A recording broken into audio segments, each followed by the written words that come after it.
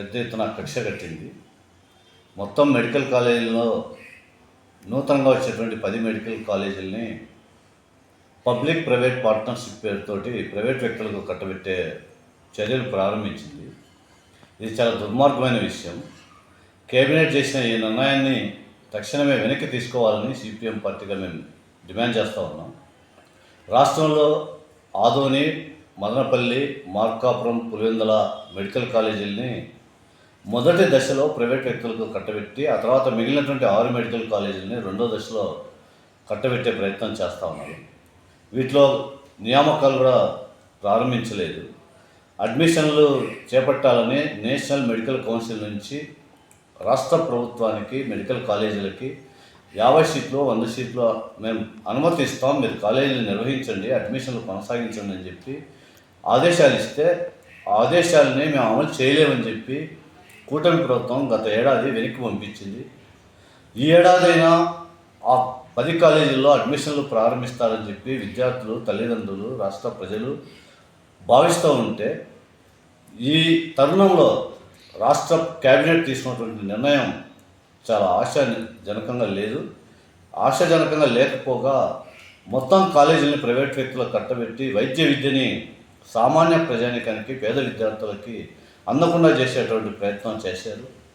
దీన్ని తక్షణమే రాష్ట్ర కేబినెట్లో చేసిన నిర్ణయాన్ని ఉపసంహరించుకోవాలని చెప్పి మేము కోరుతా ఉన్నాం. ఎందుకంటే మెడికల్ కాలేజీలు ఇప్పటి వరకు ప్రభుత్వ రంగంలో అధీనంలో ఉన్నాయి. వాటి నిర్వహణ కానీ, కళాశాల కొనసాగింపు కానీ, దానికి సంబంధించినటువంటి మెటీరియల్ కానీ, ఇన్ఫ్రాస్ట్రక్చర్ కానీ ఇదంతా ప్రభుత్వమే సమకూరుస్తుంది. కానీ ఆ భవనాలని లేకపోతే దానికి సంబంధించినటువంటి కాలేజీ నిర్వహణని ప్రభుత్వమే ఇప్పటి వరకు నిర్వహిస్తున్నప్పుడు ఇప్పుడు ప్రత్యేకంగా ప్రైవేట్ వ్యక్తులకి ఈ పబ్లిక్ ప్రైవేట్ పార్ట్నర్షిప్ విధానాన్ని తీసుకురావాల్సిన అవసరం ఏమొచ్చిందని చెప్పి మేము అడుగుతా ఉన్నాం.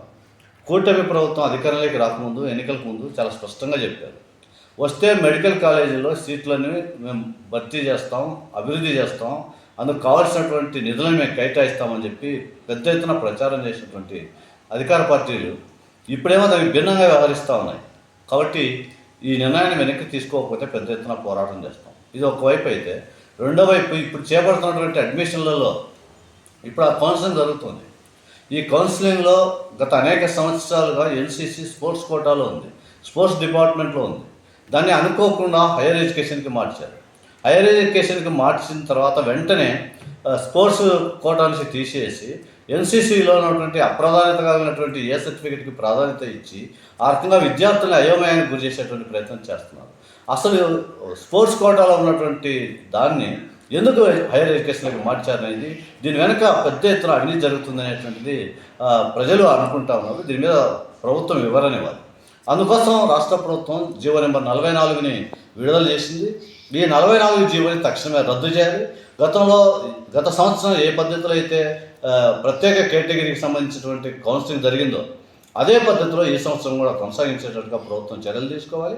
దీనికి ముఖ్యమంత్రి జోక్యం చేసుకుని ఈ సమస్యను పరిష్కరించడానికి ప్రయత్నం చేయాలి. లేని పక్షంలో సిపిఎం పార్టీ ఆధ్వర్యంలో పెద్ద ఎత్తున పోరాటానికి సిద్ధపడతాం.